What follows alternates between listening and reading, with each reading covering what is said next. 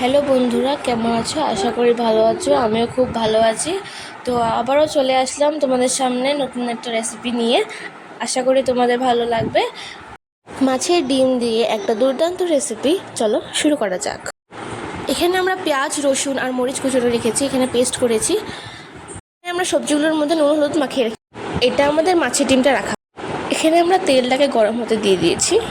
তেলটা গরম হয়ে গেলে আমরা ডিমগুলো দিয়ে ভেজে ঝুড়ি ঝুড়ি করে এরকমভাবে বানিয়ে নেব। সেটার মধ্যে আমরা আরেকটু তেল দিয়ে গরম হতে রেখে দেব। তেলটা গরম হয়ে গেলে আমরা তেলটার মধ্যে পেঁয়াজ কুচি, রসুন কুচি আর লঙ্কা দিয়ে ভালো করে ভেজে নেব।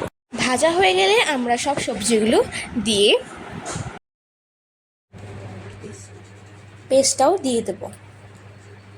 পেস্টটা দেওয়ার পর আমরা হলুদ গুঁড়ো আর নুন আর একটু লঙ্কা গুঁড়ো দিয়ে দেব। তারপর ভালো করে নাড়াচাড়া করব। নাড়াচাড়া করার পর এটা এরকমই দেখতে হবে, পুরো কষে কষে যাবে। তারপর ডিমটা আমরা দিয়ে দেব। ডিমটা দেওয়ার পর আবারও ভালো করে নাড়াচাড়া করে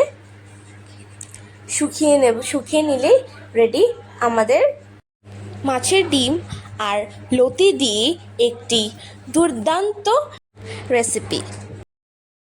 আশা করি তোমাদের এই রেসিপিটা অনেক ভালো লাগবে আর তোমরা বাড়িতে ট্রাই করতে পারো আর আমাকে কমেন্ট করে জানিও এটা তোমাদের কেমন লাগলো।